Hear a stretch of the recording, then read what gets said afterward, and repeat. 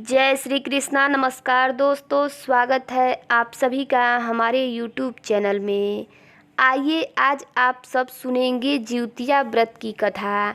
आप सभी माताओं बहनों को जीवित पुत्रिका व्रत की ढेर सारी शुभकामनाएं। जीवित पुत्रिका का व्रत जो कि हर वर्ष अश्विन माह के कृष्ण पक्ष की अष्टमी तिथि के दिन जीवित पुत्रिका का व्रत किया जाता है। इसे जीवित पुत्रिका व्रत या जिउतिया व्रत के नाम से भी जाना जाता है। इस व्रत को माताएं अपनी संतान की रक्षा के लिए, संतान की लंबी आयु के लिए, सुख समृद्धि की प्राप्ति के लिए इस व्रत को रखती हैं।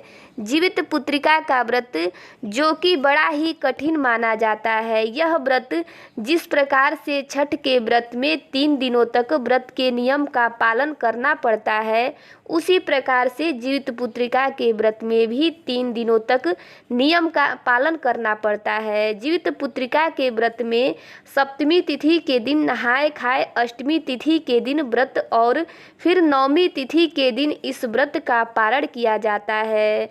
जीवित पुत्रिका के व्रत में इस दिन राजा जीवतवाहन का पूजन किया जाता है, जो कि कुशा का बना करके राजा जीवतवाहन का पूजन किया जाता है। गरुड़ देवता का पूजन किया जाता है और जो कि जीवित पुत्रिका के रूप में स्वयं साक्षात माता दुर्गा मानी जाती है, तो उनका पूजन किया जाता है। और चील सियारन के नाम से भोजन रखा जाता है। इस व्रत को करने की सभी जगह अपनी अपनी परंपरा है।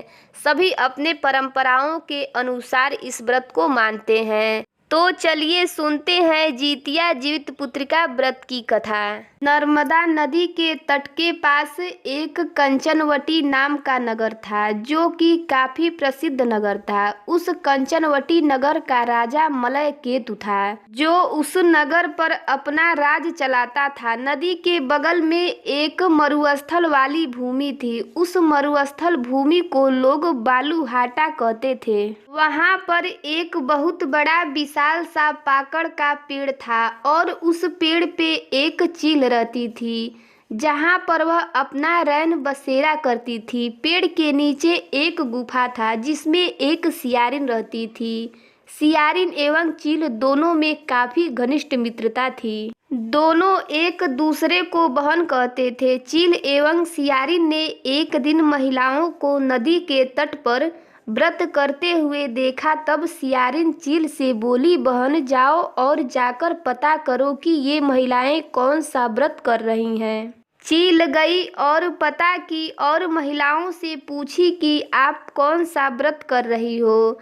महिलाएं बोली, हम लोग जीमुतवाहन भगवान का पूजा कर रहे हैं। इस जिउतिया व्रत को करने से पुत्र की प्राप्ति होती है। यह सुनकर चील ने आकर सब बात सियारिन से बताई, तो उन दोनों ने मिलकर संकल्प लिया कि हम लोग भी इस व्रत को करेंगे। दोनों ने जीमुतवाहन भगवान की पूजा सच्चे मन एवं श्रद्धा से की और निर्जला व्रत रखा। जिस दिन सियारिन एवं चील ने इस व्रत को रखा था, उस दिन उस नगर के बहुत बड़े व्यापारी की मृत्यु हो गई थी। उस व्यापारी का दाह संस्कार उसी मरुस्थल वाले भूमि पे किया गया था, जहाँ पे चील एवं सियारिन रहते थे। धीरे धीरे समय गुजरता जा रहा था। रात पास आती जा रही थी। उस सियारिन को भूख भी तेज हो रही थी। जब वो सियारिन मुर्दा देखी तो वो अपने आप को रोक नहीं सकी और उसने उस मुर्दा को खा लिया, जिसके कारण उस सियारिन का व्रत टूट गया। मगर दूसरी तरफ चील ने अपने आप पे नियंत्रण रखा एवं दूसरे दिन विधि विधान से व्रत का पालन किया। सियारिन एवं चील अगले जन्म में दोनों ब्राह्मण के घर में पुत्री के रूप में जन्म लेती हैं। चील बड़ी बहन बनी, उसका नाम सिलवती रखा गया। सिलवती की शादी बुद्धिसेन के साथ हुई। सियारिन छोटी बहन के रूप में जन्म ली तथा उसका नाम कपूरावती रखा गया। उसकी शादी नगर के राजा मलय केतु से हुई। अब कपूरावती कंचनवटी नगर की रानी कहलाने लगी थी। भगवान जिमुतवाहन के आशीर्वाद से सिलौती के 7 बेटे हुए तथा कपूरावती के सभी बच्चे जन्म लेते ही मर जाते थे। समय बीतता गया। समय बीतने के साथ साथ सिलौती के 7 पुत्र बड़े हो गए। वह सभी राजा के दरबार में काम करने लगे। कपूरावती के मन में यह देखकर ईर्ष्या की भावना आ गई। एक दिन अश्विन मास के कृष्ण पक्ष के अष्टमी तिथि को, जिस दिन सिलौती जितिया व्रत की थी, उसी दिन रानी कपूरावती ने राजा से कहकर सिलौती के 7 पुत्र का सर कटवा दिया और उन्हें 7 नए नए बर्तन मंगवाकर उसमें रखकर एवं लाल कपड़े से बांधकर सिलौती के घर भेजवा दी। यह देखकर भगवान जिमुतवाहन ने मिट्टी की 7 भाइयों के सर बनाए और सभी के सर को उनके धड़ से जोड़कर उनमें जान डाल दिया, जिससे सिलौती के 7 पुत्र पुनः जीवित हो गए और वह सभी भाई अपने घर को लौट गए।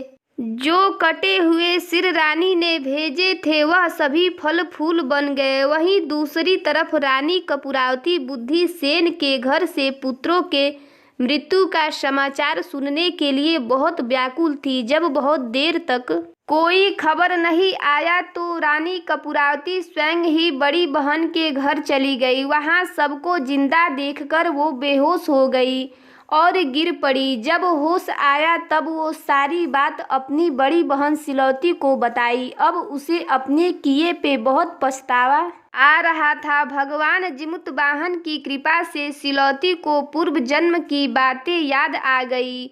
वह कपूरावती को लेकर उसी पाकड़ के पेड़ के पास लेकर गई और उसे सारी बातें बताई। सभी बात सुनकर कपूरावती फिर से बेहोश हो गई और उसकी मृत्यु वहां पे हो गई। जब राजा को इसकी खबर मिली तो उन्होंने उसी जगह पर जाकर पाकड़ के पेड़ के नीचे कपूरावती का दाह संस्कार कर दिया। कहानी आपको कैसी लगी कमेंट करके ज़रूर बताइएगा। चैनल पर पहली बार आए हैं तो चैनल को सब्सक्राइब करिएगा, बेल आइकन को प्रेस करिएगा ताकि आने वाली न्यू वीडियो की नोटिफिकेशन आप सभी को मिलती रहे। वीडियो अच्छा लगे तो वीडियो को लाइक और ज़्यादा से ज़्यादा शेयर करिएगा। जय श्री कृष्णा।